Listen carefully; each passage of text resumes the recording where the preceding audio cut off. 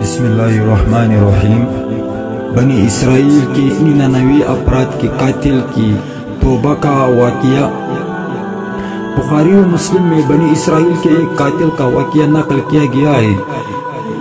حضور اکرم صلی اللہ علیہ وآلہ وسلم نے اللہ کے ہاں توبہ کی قبولیت سے متعلق صحابہ کرام کے سامنے بنی اسرائیل کے ایک قاتل کا نہایت خوبصورت اور ایمان افروز واقعہ بیان فرمایا کہ بنی اسرائیل میں ایک شخص چوری، ڈکیتی اور قتل میں بہت مشہور تھا اور نہایت معمولی سی بات پر قتل کر دیتا تھا۔ ہوتے ہوتے اس کے ہاتھ سے 99 افراد کا قتل ہو چکا۔ اس کے بعد اس کے دل میں احساس پیدا ہوا کہ مجھے بھی تو اللہ کے ہاں جانا ہے۔ چنانچہ یہ فکر بڑھتا رہا اور لوگوں سے معلومات کرتے ہوئے سرگردہ پھرنے لگا کہ کیا میری توبہ قبول ہو سکتی ہے یا نہیں۔ کسی عالم شخص سے ملاقات کی فکر ہوئی کہ معلوم کیا جائے کہ ایسے شخص کی توبہ قبول ہو سکتی ہے یا نہیں۔ اسی حوالے سے لوگوں نے ایک عابد شخص کے پاس جانے کا مشورہ دیا۔ اس شخص نے اس کے پاس جا کر مسئلہ معلوم کیا، کیا میری توبہ قبول ہو سکتی ہے اور کیا میری مغفرت ہو سکتی ہے، جبکہ میں نے 99 انسانوں کی جان ماری ہے۔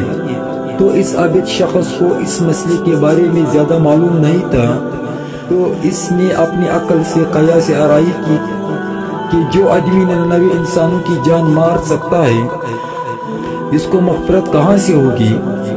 چنانچہ اس نے کہہ دیا کہ تیری توبہ قبول نہیں ہوگی۔ تو اس شخص نے غصے اور جلال میں آ کر اس کو بھی قتل کر کے 100 کا حصہ مکمل کر دیا کہ جب میری توبہ قبول نہیں ہونی تو مجھے بھی ختم کر کے 100 پورا کر دیتا ہوں۔ چنانچہ اس نے 100 کا حصہ مکمل کر دیا، مگر اس کے دل میں پھر بھی یہ خیال تھا کہ میری مغفرت کی کہ کوئی نہ کوئی شکل تو لازمی ہوگا جسے میری مغفرت ہوگی۔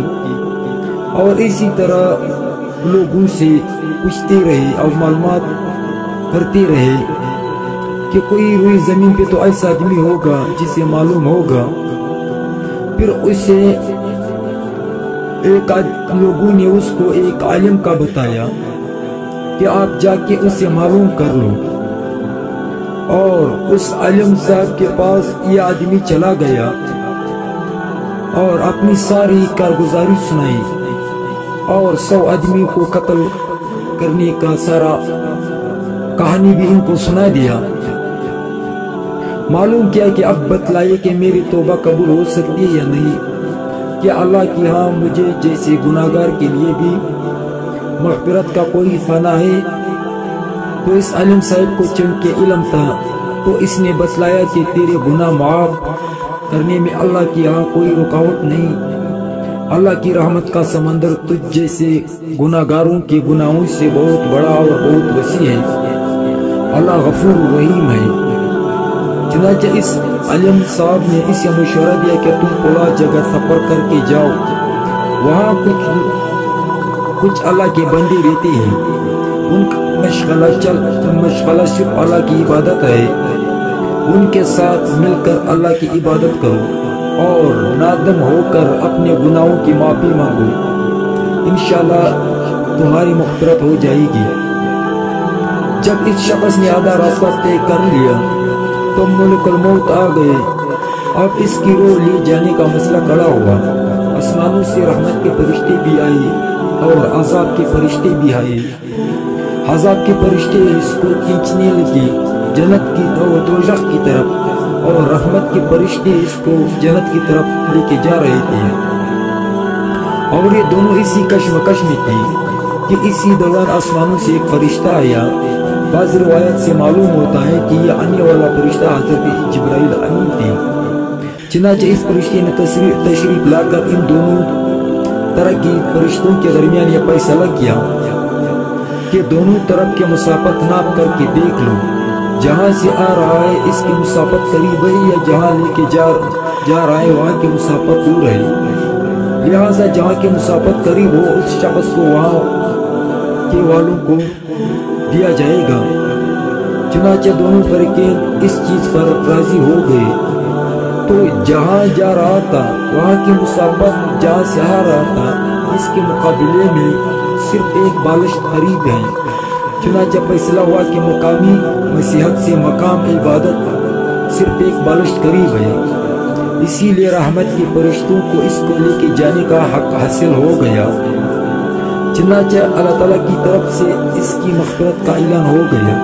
اس روایت میں آتا ہے کہ قتادہ رضی اللہ تعالیٰ عنہ فرماتے ہیں کہ حسن رضی اللہ تعالیٰ عنہ نے فرمایا کہ ہم سے یہ ذکر کیا گیا کہ اس شخص کے پاس جب ملک الموت آیا تو وہ شخص سینے کے بل اس سرزمین کی طرف گھسیٹتا چلا گیا۔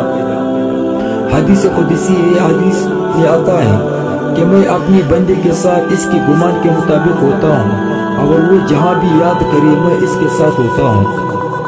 باخدا اللہ تعالیٰ اپنے بندے کو توبہ سے اس سے زیادہ خوش، اتنے زیادہ خوش ہو جاتا ہے جتنی خوشی تم میں سے کسی ایسے شخص کو ہوتی ہے جس کا جانور بیابان میں گم ہو کر پھر اس کو واپس مل جاتی ہے تو وہ کتنی خوش ہو جاتی ہے۔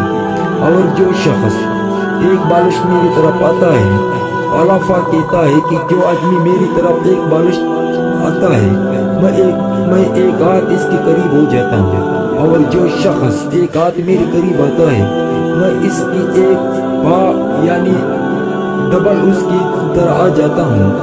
تو اس سے یہ معلوم ہوتا ہے کہ ہم اگر ایک بار اللہ کی طرف دیکھیں گے تو اللہ پاک ہماری طرف 2 بار دیکھے گا۔